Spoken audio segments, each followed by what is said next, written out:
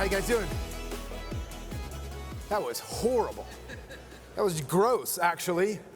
I'm going to ask that question again, but I'm going to remind you that we are in a convention center full of the coolest toys known to mankind, with the coolest vendors and the coolest people that live the Powersports lifestyle. We're also in Las Vegas, and there's an open bar right there. I can see it. So again, how you guys doing? Thank you. Good Lord, I even wore my fancy shirt for you guys. Actually, I wore it for Mandy. I wore it for you particularly. All right. Garage Composites, if you don't know the name, you might know Garage Cast. It is our podcast. We will be podcasting live from this stage. We're in our 5th year with that podcast, which is pretty cool. Never thought that would happen.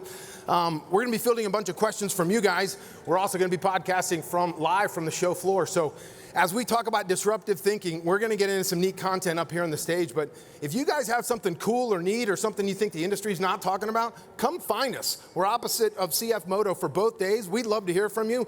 We may even put you on the air for 5 or 10 minutes. So I'm sincere about that. Please come find us later. The content we're going to be talking about today, first of all, thank you to AIMExpo and MIC for producing this. I personally just get giddy every time I'm at this show. I was on the plane last night, delayed, as I'm sure a lot of you were, just looking through the floor plan. And I'm just going through everybody who's here, and I just get so excited. Like, we have the privilege of working in an industry to sell things that no one needs, that totally better their life. Is that a fair statement? We literally get to change people's lives, and that just excites me so much. And then to be able to look at how do we do that better and provide a better experience so we can ultimately change more people's lives, that's just really cool. And that's what we're going to be talking about up here today. Now, the statistical annual, that report, that survey that Cinnamon had up on the screen, that usually comes out 11 months after the data comes in. So if you remember, your 2022 data hit in December of this year, 11 months later, right? Which is cool to see the trends over the year, but maybe not as actionable as we'd like it. This year, they put it together in 30 days. The information that you're going to walk out of here with from this convention is 30 days old. So props to MIC for putting that thing together this fast. That's what we're going to be talking about up here on stage. We're going to be looking at customer trends over the last year to figure out if we can figure out, like, what are the puzzle pieces as we move forward. I believe there are a lot of distractions in the industry right now. I think between the war and the economy and the inflation and the election and interest rates, there's all people are, what's going on? Well, let's look at what actually happened and see if we can predict forward what 2024 might look like. So I had the privilege of hosting this panel review. I've got 3 bigwigs from the MIC. We've got the chair, the vice chair, the secretary, treasurer. These guys all have day jobs with Yamaha and KTM and NPA. So let's welcome them to the stage right now. Derek Brooks, John Hinz, Jim Woodruff. Come up, guys.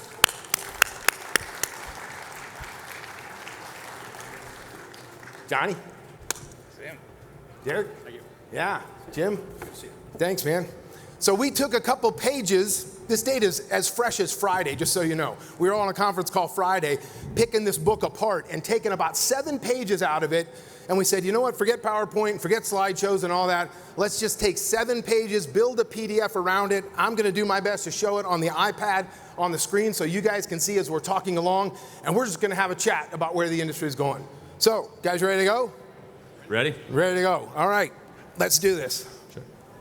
Derek, I'm going to come to you first on that first page as I open this up. There's a giant overview. What jumped off at the page of you with this overview? Well, first of all, good morning, everyone. Thanks for having me here. It's a pleasure. Really exciting. Just to jump right into it. So this page that we're going to start with first, so this is a pretty big overview. So you can see at the top it says motorcycle population. So of course this is the total population, not just new units. And the other thing I want to say before we get into this is what you're seeing is a bit of a snapshot in time, right? Like this is just one study. What you really should be thinking about as we move on and when we're done here today, really start thinking about how you can use this and start to predict and see trends, right? So again, this is one snapshot in time. What's really valuable is you've got these same annuals available from all the previous years.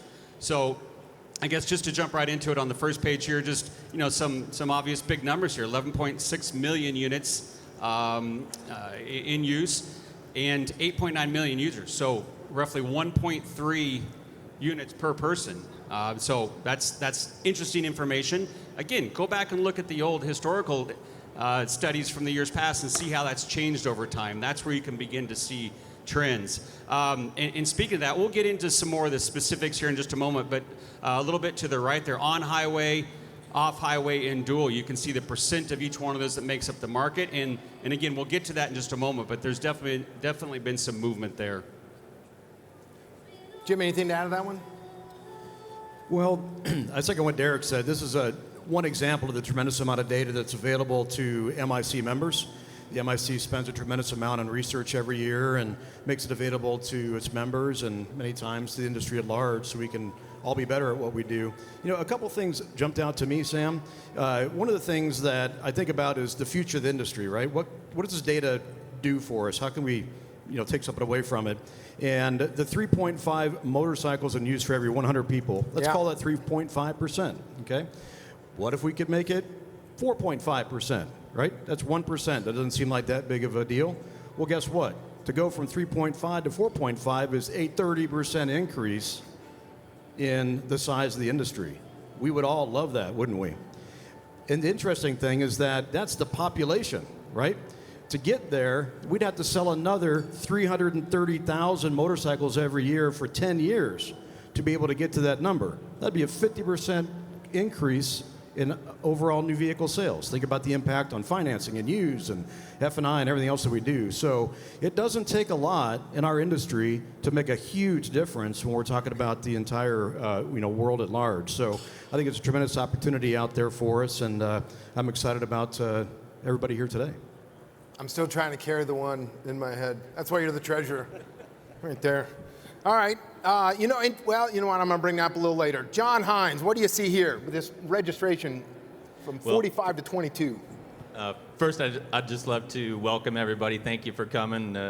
This is it's an amazing opportunity for the industry to come together, share ideas, share data, share information, and the MIC has done a fantastic job of capturing some of the big points from our industry, and it's available to all of you. And we love this statistical annual, some of the things that John Sinski was talking about. Make sure you stop by and see him. Motorcycles in use and riders in operation, and the data that we have is what's critical to help this industry move forward and grow. To Jim's point, like, how can we make it better? Where are the trends? Where are things going? And when I look at this page here, the total U.S. motorcycle registrations, 1945. Like, I love that it goes back to 1945, just post World War II, to 2022. So we don't have the 23 data yet, but what you can see here, the last two bar columns on the far right, Sam. Yep. 2020 and 2022, and you see a massive growth there. And part of that is COVID. And what I love about this chart is it shows that the riders are still here. So there was a big question. Are they still going to be riding? Do they still own their motorcycles? And yes, the answer is yes. Yep. The industry grew in 2020, 21, 22, and the riders are still here. So the vehicles are still in operation, and I think that was a big question. What's going to happen with all those new entrants? Sure. And as we go through the rest of the pages, we'll continue to see that growth trend. Anything else to add on that slide, guys? No? Yeah, actually, one thing that I wanted to point out is that these are registrations. The first slide is the total population. As John Sinski said earlier, there's a number of vehicles out there, of course, that are off-road that aren't registered. But that's motorcycles. What if we add side-by-sides and ATVs, et cetera? The total population of the powersports industry is more than double that size. It's over 20 million vehicles in use in the U.S. So, we all serve a tremendous market out there, and I think there's a lot of value in this data. Yeah, it's a great point. That's the one I was going to make a little bit on the last slide. You sit there and you look at 2005 at 6,230,000, and then you realize that it's about that time we started going away from being motorcycle dealers that also carried ATV and UTVs to primarily UTV dealers that also carry motorcycles. And when those aren't registered in certain states, that goes into the number two. So as we escalate up to 9,500,000 registrations, not including the states that don't register these. So the industry is actually bigger than we're seeing on this trend line. It's definitely a good trend line. Derek, talk to us about that next slide here.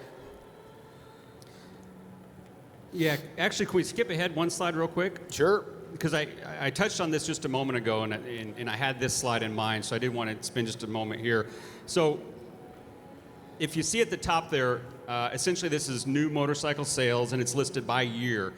This is where you can really start digging into the data, right, and start to form, hypothesis, or at least start to see some trends. So if you, first of all, what's really interesting, I think, about this chart is it not just units, but you can see the dollars. And I apologize, it's a little bit hard, but on the far right side of the screen, you can see dollars, total dollars in billions, year by year. So it kind of puts things into perspective. So 2023, $7 billion total. And then you can see the breakout on-road, off-road, and then dual as well. But at the very bottom of the page, you'll see a number, a percentage, yeah. So 59% of the sales are on highway. Sorry, just to the right there. 59%, off highway 28%, and dual 13%. Now, if you go back and look at the historical versions of this, which I did, I pulled up some of the old reports. So just for example, in 2012, on highway, which it says is 59% here, it was 85% in 2012. By 2018, it was 70%. Now it's, let's call it 60%, 59. Conversely, if you look at off-highway, or I should say dual, in 2012, it was 3.2%. Now it's 13. So again, we're looking at a snapshot in time, but what's really valuable is to go back and look at some of this historical data. Then you can start to see the trends that are happening. Yeah, that's super cool. I was also noticing the dual sport in dollars. As you look at that column, that second column from the right, look at the dollars as they escalate up, and the trend of dual sport and adventure motorcycles that are inclusive, right? I mean, we're going to see that later in a couple of the reports coming down the line. I mean, to Jim's point earlier about growth in the industry and what would we have to do in the next 10 years, if you look back at 2013 dual units, dual sport, there was 35,000, now there's 86,000. So dual sport has tripled in the last 10 years. Growth in dual sport. Off-highway units have doubled, and dollars have nearly done the same. So 2.5x on dual sport and doubled on off-highway dollars. So if we can continue that trend in those areas and get on-road back up, which we're also seeing trends with small displacement and growth again in a complete new category really for the United States.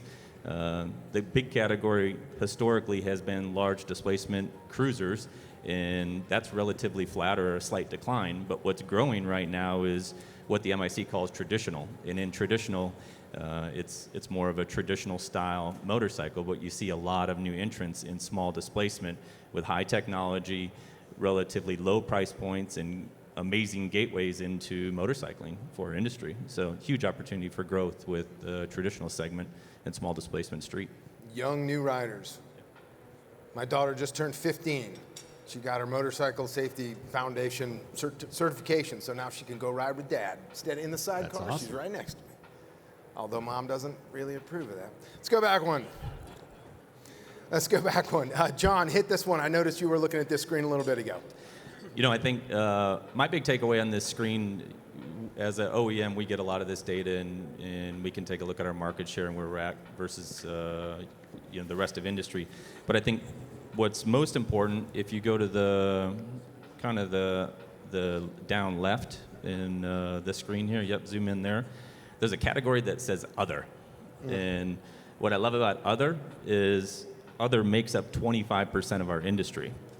So there's big OEMs. There's 8 companies that represent 75% of the total industry, but there's a whole other category called other, which is our industry. So walk the halls here, walk this entire show, like you said, the excitement that's here. There's so many new brands, there's so many new companies, there's so many new entrants into our industry, and the industry's growing. So that's my takeaway on this, is the industry's growing, and a lot of new companies are coming in to bring new products and new ideas and bring new entrants to motorcycling. So So I love it. I was asking you guys before we jumped up on stage, hey, what do you guys think of Segway out here? And Derek's like, you want to segue to another part of the presentation? I'm like, no, those things. Those things look really cool. What do you guys? We hear a lot of our dealers in our 20 clubs. Should we pick them up? Should we pick them up? These are conversations that come up all the time. Obviously, throughout COVID, we're picking up anything we can get our hands on, right? Because we need something to sell. But as the dust settles, which of those brands stay around, and then which of the new people? Who are the new players? And John, that's a great point. A quarter of all the units sold are not the ones currently being tracked in the MIC. You got something on that one, Jim? Yeah, a couple thoughts. I mean, the first one is on the slide that Derek was talking about with the columns of data. You know, it does show the evolution of the industry that's occurring right before our eyes. And, you know, one of the components in that, and none of us know the answer to how it's going to turn out, but the electrification of the industry. Where is that going to go? What impact is it going to have? Well, for one thing, I can tell you that an electric bike doesn't have a clutch and you don't have to shift it. So for people coming into the sport, a lot easier to learn. And they're going to want a bigger, better, faster one at some point in time. They're going to want a quote-unquote real motorcycle, whether it's gas or electric.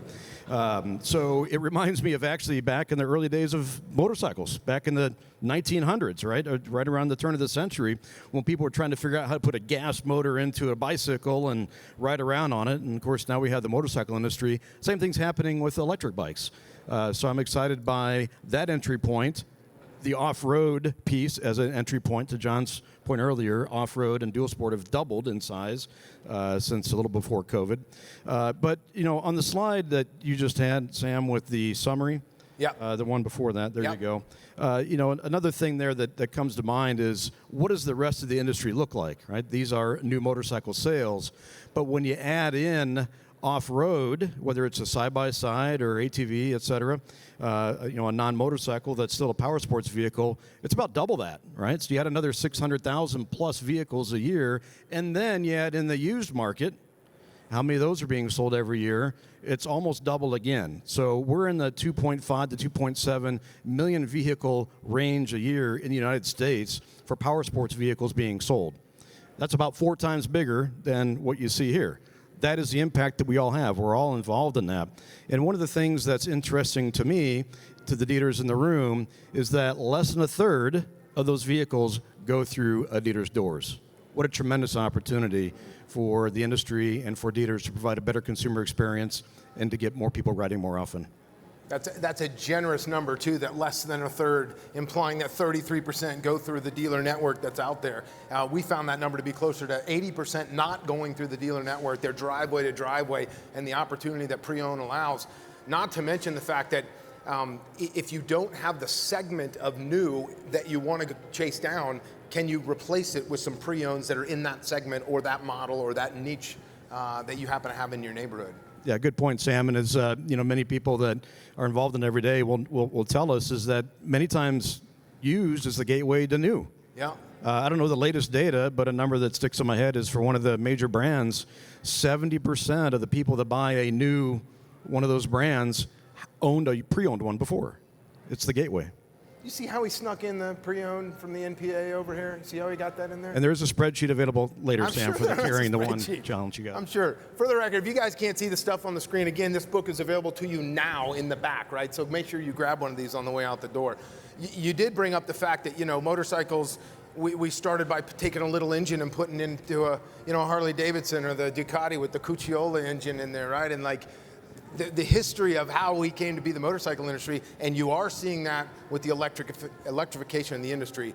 I'm excited to talk to Pat Huss today from Felt Bicycles, who's here, about how the electric bicycle component is fitting into Powersport dealers, because it hasn't gone the way we thought it was going to go, but there's some real wins out there. So make sure to listen for that podcast when we get Pat on. I think later today we're doing that. John, did you have something on that? If not, Derek, I'm going to go to the next slide with you. All right, let's go. Let's talk about here on the value of the industry. Okay, yeah, big number. So again, this is, as Jim pointed out correctly, this is only, we're only talking the motorcycle industry here. But if you look halfway down, you can see 7 billion with a B, in new motorcycle retail sales. However, at the top, what's kind of interesting, you can see the total value, including everything else that's listed there. New motorcycle sales is only 23% of that, right? So it is an impressive number, but then again, it's less than a quarter of the total.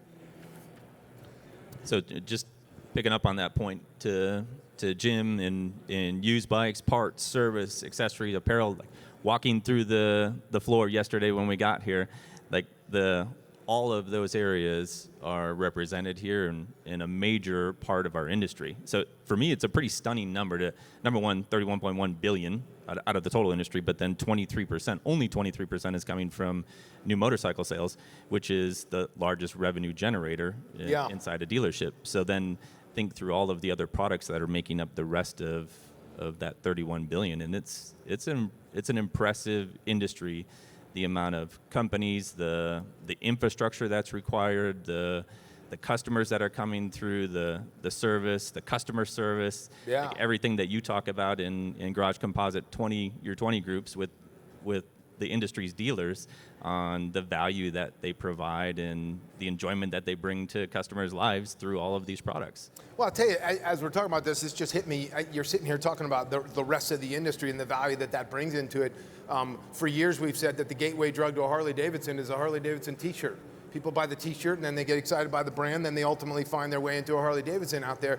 But we think about, I'm just going to say it for what it is, the disdain that some general managers at Harley stores have for the motor clothes department. It's just that department that's over there. And I'm like, do you understand what you're saying? Do you hear yourself, And quite frankly, as we see more consolidation and automotive organizations buying out Powersport stores, automotives, they're known for turn inventory, right? Major unit inventory, turn the inventory. And we're seeing a lot less excitement levels from people in our 20 clubs for the parts department and for the service department. It's almost like they're necessary evils so that we can keep selling major units. And this number right here on the page is a clear indication that we could put a lot of time and attention into that to retain the customers. I mean, I may have been on your showroom floor once to buy the major unit, but I'm in your parts department all the time, and I'm in your service department all the time. And what are we doing to really make the customer experience worthwhile in those other departments? Go back to the first page, over 9 million registered vehicles in use. Yeah. And if there's vehicles in use, then they need accessories, they need helmets, they need parts, they need service, they need to come into our dealers, and they're a major part of our industry. Sinski mentioned cold storage, vehicles in cold storage, so we can take a look at what that number is, but the opposite side of that is what's in use. So take a look at what's happening right now with racing. Supercross this year is kicked off and been amazing. Every single stadium, with the exception of Detroit, which is a 65,000 person stadium, has been sold out. And all of the local races are full. The National Enduro Series, they sold out within, I think, 10 minutes for the first race of the year. GNCC is coming up, like Flat Track is coming up. Like it's such an exciting time, and there's so many people that are riding motorcycles, and they need everything that our industry has to offer, especially on the parts, garments, accessory, and service side of the business. So I think that's the big takeaway on this slide, is how important that piece of our business is. Jim, anything else on this one? No, it's good. No? Okay. Let's bounce over to this slide right here. Derek, I see you're on that one, so I'll hit you, and then Jim, I'll come back to you on this one. Sure. So you can see on the page, roughly almost 11,000 retail outlets, about 116,000 employees, and about $5 billion in payroll. But to the right of that, there's some more kind of granular data that you can look at. I find this really interesting as well. Again, going back and looking at some previous studies, I just grabbed 2014 study, just for example. Again, no big story here, but just one example of how to look at the data. New unit sales, used vehicle sales, parts and accessories, the percent of your business that it makes up in the aggregate. So just for example, grab one of those. Parts and accessories in 2014, that 17% was 21% in 2014. Service and labor in 2014, it was 7%. Now it's 15%. So again, it's just interesting to see how things have changed over time. Could be changing in a good way. It could be changing in a way to, it sparks the light bulb in your head and say, hey, I think we may need to make a change here. But it's, again, interesting information. Jim, when do you have the bolt on to that? When I look at a slide like this, I try to put it into context. So dealers are the front line to the consumer, right? They are where people have their experience. and then the after-sale experience to keep them riding. But Bob Altoff, who's in the audience here with us, made a really good point at a meeting earlier today. You have those 116,000 employees, and at home, they may have children, parents to take care of. The impact that we all have as dealers goes way beyond just the people that are working for you. It's their entire family. And the dealers are also who the OEMs and aftermarket and everybody else in the industry rely on their families, and the people that work there are all reliant upon us doing the best that we can do as dealers out there in the marketplace. So I think it's really important to realize that the impact that we have, it goes way beyond the some of the numbers that we show here. But one of the opportunities, and sorry for continuing to beat the pre-owned drum. That's a great point. That's a great point. But one of the things here, if you take a look at the revenue, it's not units, it's revenue for new vehicle sales and used vehicle sales for franchised outlets. 52% of the revenue is new, 12% is used or pre-owned. Different price points, et cetera. Let's call it a 2-to-1 price point difference. It's not really the case, but let's call it that. So that's about in rough math, 1 unit used for every 2 new units sold at today's dealership. Okay, you probably have the exact number. But wait a second, on the earlier slides we talked about, for the industry as a whole, it's almost 4-to-1 out in the world, in the U.S., for on-road motorcycles, and it's almost 2-to-1 for the power sports industry as a whole. See, 2-to-1 out in the U.S., used to new, 0.5-to-1 in the dealership used. What a tremendous opportunity to continue to feed the machine, and again, create that opportunity for new people to come into the sport and buy more new motorcycles. You got to carry the one, Sam. Carry the one. I got it. The spreadsheet is available later. You're still pitching his pride. I'm going to start pitching GarageCast while we're up here too. All right. No, the actual numbers. You're what did we say? 660 major units sold this year. Whatever that slide was. 660,000 compared to what was it 2019, 500,000 major units new sold. New was on trend to do, we were at 1.4 million pre-owned registered vehicles this calendar year through November, on target to hit 1.5. So you figure 600K-ish new, 1.5 million pre-owned, to your point, right? And that's just this year, not to mention the ones that are out there that have been in garages for year over year over year. So again, tremendous opportunity in the pre-owned space. I'd agree with that. Hey, Sam, I got another thought on this one. When I looked at this piece of data here, one of the things that came to mind was actually just the size and magnitude of our industry. And I'd like to take a second, introduce Scott Schlegel. Scott, can you stand up? Wave to everybody. Scott Schlegel, everyone. Big round of applause for Scott. Scott is our Vice President of Government Relations out in Washington, D.C., and he has an amazing team out there for the motorcycle industry and the power sports industry that's truly fighting for our industry as well as promoting our industry out in Washington, D.C. And when I look at some of these numbers, almost 11,000 retail outlets and 120,000 employees, 5 billion payroll, 31 billion in total industry, that's the power of our collective industry. And the membership at MIC is a major support for Scott in the work that his team are doing out in Washington, D.C.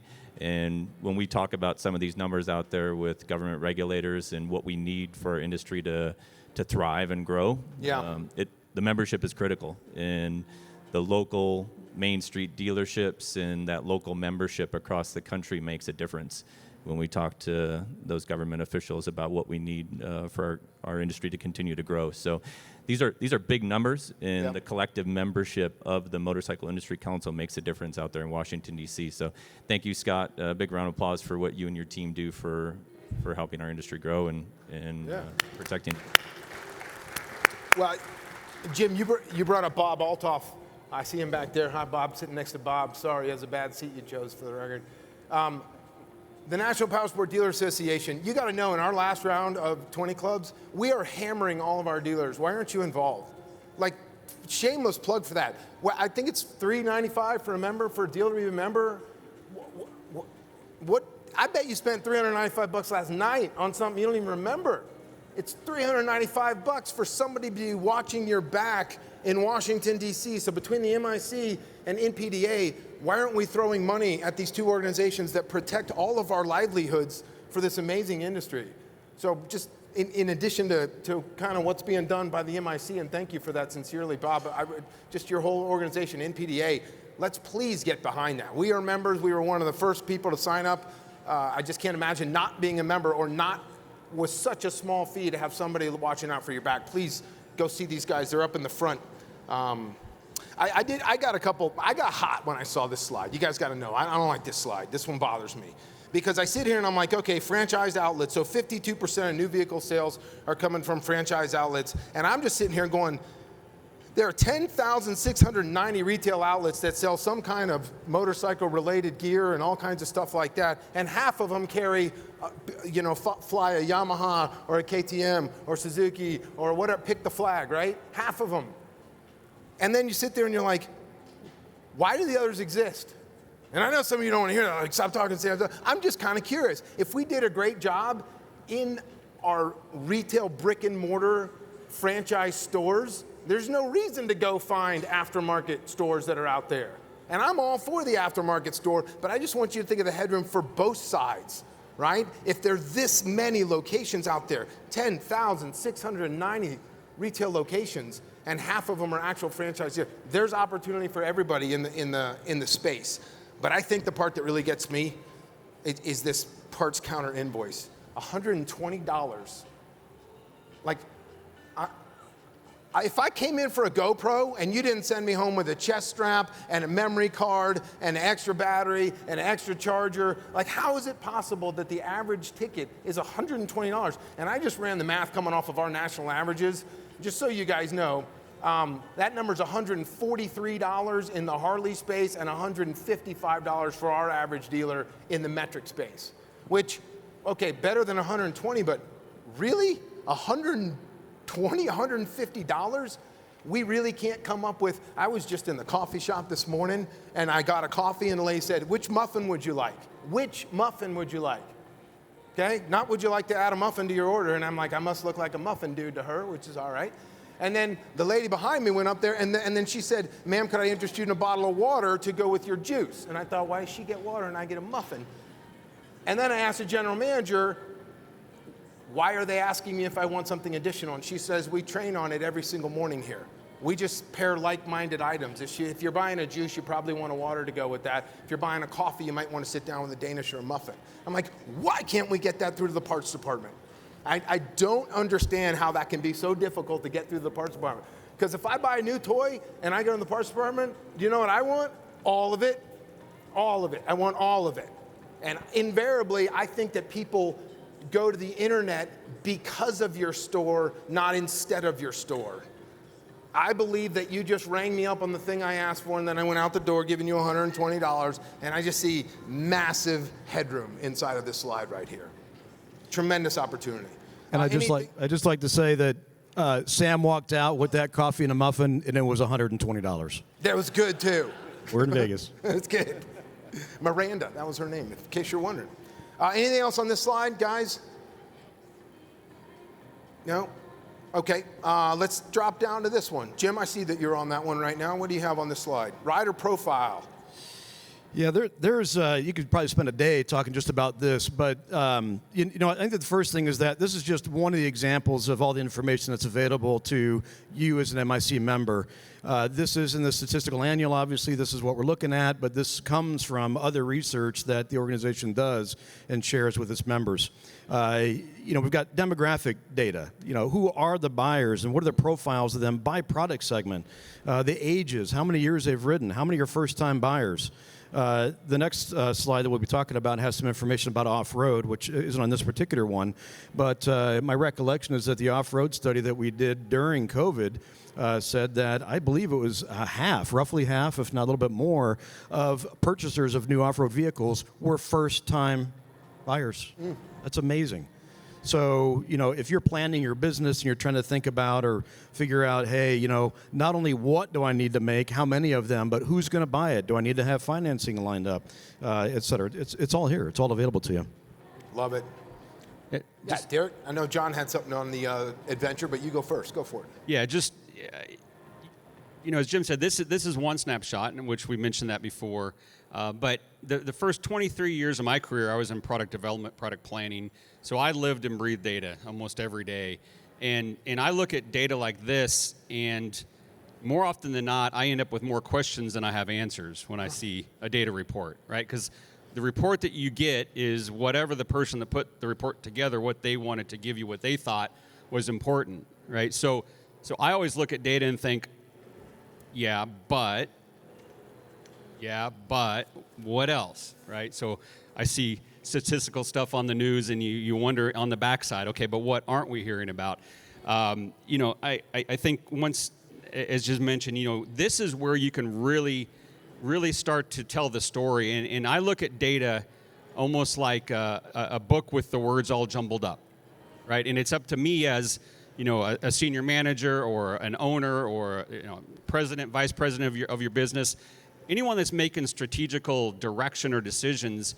You kind of need to look at data just like that, like it's jumbled up words in a book, and you need to put the words together in the story that helps you, right? So again, this page to me, this is where the money's at, because this is the customer. These are who's buying. But I really encourage, dig into this, ask questions. We'll be around, the rest of the day, if not tomorrow. Buckner's here as well. But this page to me, this is where it really kind of gets exciting, because you can start to see trends happening and things changing. You already mentioned first-time buyer. You can see the difference. It's super small on here, so I don't want to get too much into it.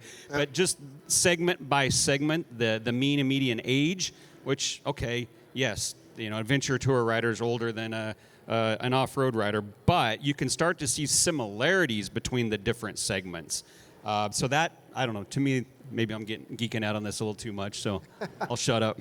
No, I love it. It is like a puzzle, right? And you got to put it all together. Here's a bunch of data points. You throw the puzzle out, and then you got to build this whole thing.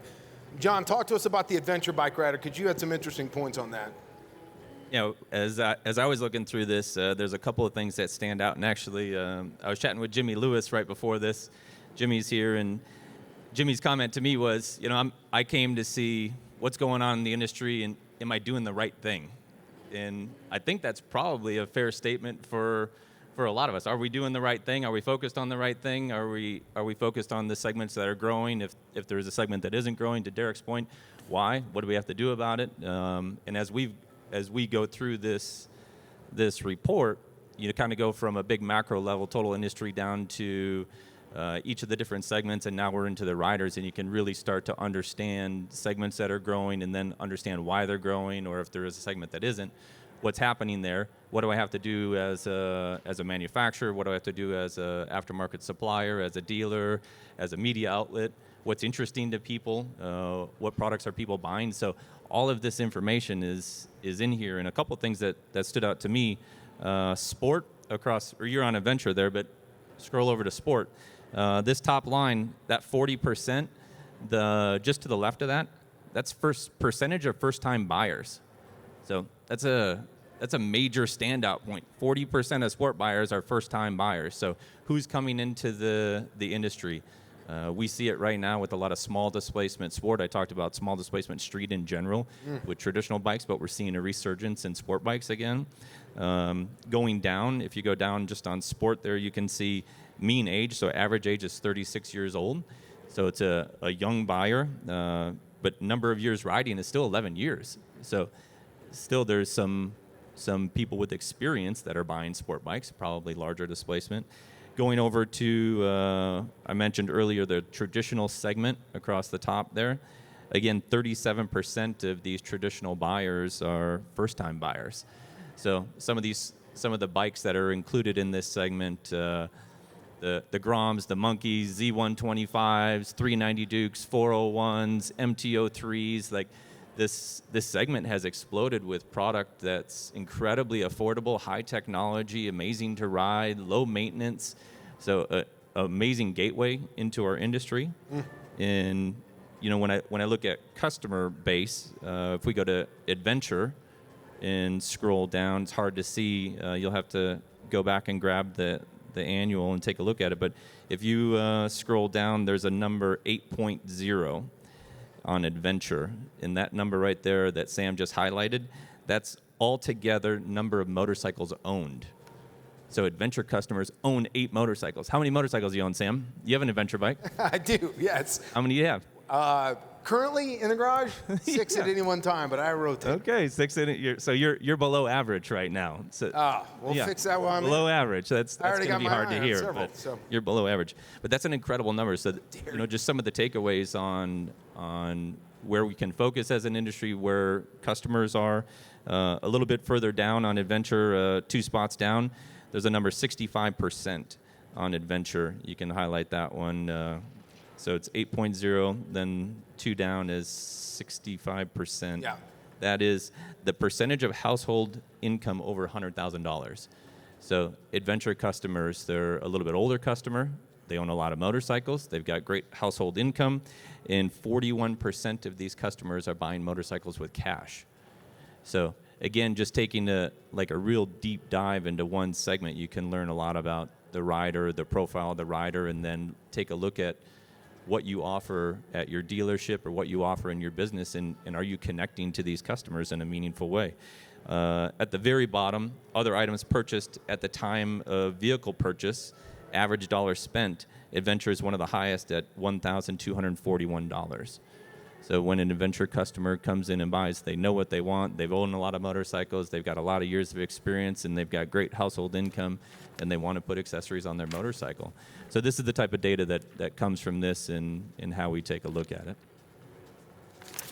All right, guys, I'm looking at the clock. We probably have time for one more slide before we button this thing up. I think this is probably the one that got us pretty excited here as far as off-road riding survey. We talked about how people are jumping into off-road. We're seeing a resurgence of off-road, but Jim, what jumped off of you here? Yeah, just a couple high-level points. The first one is on the bar chart there. To the left, everything to the left of the 42% are people that ride a few times a month or more. That's 80% of the off-road riders ride several times a month. The chart below actually shows a trend over time, and it's actually not over time, but what has happened over time in their opinion. And the people are riding off-road more often now than they were 5 years ago. Is it the pandemic? Is it because of other factors? Don't know, but they're doing it. What a great opportunity. And then in the top right there with the bars to the right, a couple of those jumped out to me. Land use and riding areas have both the biggest impact, positive and negative, on people's riding frequency. And then below that, a little bit interest in riding and participating in off-road events, et cetera. The Motorcycle Industry Council is hard at work for you with the funding provided by its members on tackling things like the land use and riding areas. There's a lot of local activities as well that occur, but that's part of what your membership goes to work for. As dealers, things like generating that interest in riding, participating and encouraging participation events, et cetera, holding events, that's something that dealers do. We're all in this together. And you look at these behaviors on the top right, and you can see the role that we all play in that. John? Go back to that chart on the lower left there. This guy?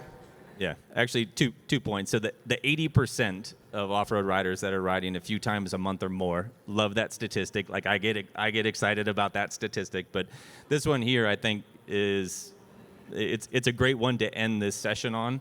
Because what this shows is riding frequency compared to 5 years ago. And kind of that darker maroon color, 50% of people have said their riding has increased every day.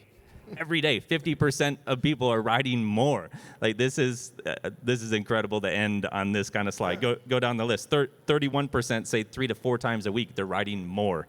34% 1 to 2 times a week, and 20% a few times a month. So people are riding their motorcycles more. We saw it, the big question, what's going to happen after COVID? We saw more registrations. Revenue is up for the industry. Sales are up for the industry again, and people are riding more. And I love this chart right here. There's a big bright spot for our industry. Yeah, so if I go back up to the top, this was the thing that fired me up about what Jim was talking about, some of the things like land use and stuff, but I'm just like, it has increased. Reason for change in riding frequency. the work situation, and you can say, oh, well, they moved out to the country and they're riding more. No, because land use riding area went down. That's not what's happening. But their work situation is better, it's improved. The family situation is better, it's improved. Riding with friends and the community is better, it's improved. Interest in riding is better, it's improved. Guys, look at the trend here. Look at what's coming in 2024.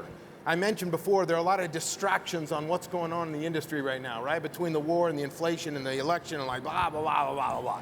And what I know is when times are good, the sale of motorcycles, chocolate, and alcohol go up. And when times are bad, the sale of motorcycles, alcohol, and chocolate go up again. As you're looking forward to this year, look at the trends of what consumers are telling us, and let's capitalize on this. Jim, I wanted to give you the last comment because I think there's some things that you guys do with the Motorcycle Industry Council that maybe a lot of people have no idea that you're doing for them. So can you comment on that? Either one, Derek or Jim, whatever you want.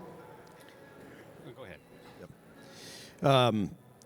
One of the things that I learned about the Motorcycle Industry Council as I became involved is all the things that happen every day that you don't see. The majority of the things that the Motorcycle Industry Council does are things that we don't even think about necessarily. We see the benefit. First of all, the show, right? This is an MIC event. We are all here working together. We're here because we want to be. I think it's awesome that we've got that opportunity and the investment that the MIC made. And I will say props to the entire staff at MIC. You couldn't meet a more passionate group of people about the good of the industry and trying to help us all do better than the folks that are there. And I'd say the same thing for the board that, kind of guides the strategic mission of what we're after. And the Motorcycle Industry Council, under that roof, it's not just the MIC. We have some other organizations as well that are all doing the same thing with some of the same people sharing responsibilities. The SVIA, ROVA, MSF, Motorcycle Safety Foundation, et cetera, all working together for the different parts of our industry, working together for you. But one of the things I wanted to touch on briefly was a little bit more about government relations and the good work that Scott and his team do. Scott can speak more to it. In fact, I think at noon today, I believe on the stage, Scott's going to be going into more detail. But if it wasn't for MIC and the good work that these folks do with your dues, MIC is the number one reason why during COVID, motorcycling was deemed an essential business. That's why we all were able to stay open. It would have been a much different story if that wasn't the case. Thank you, Scott. That was huge. Another one. Yeah. And we see the numbers. The impact on the industry turned out to be a tremendous benefit. The CARS Act, Scott can speak more to the details, but some of the red tape type of legislation that was going through the federal government to make us all do a bunch of extra work driven by the car industry. Man, if we would have gotten sucked up in that net, our lives would be even more difficult than they already are. Scott and his team were able to get motorcycling and the power sports industry excluded from that. Another huge win. In today's world, we've got things going on, and there's actually a chart on the MIC website that shows some of the activity, but, electrification, right to repair, PFAS, all the plastic chemical things that are going on right now.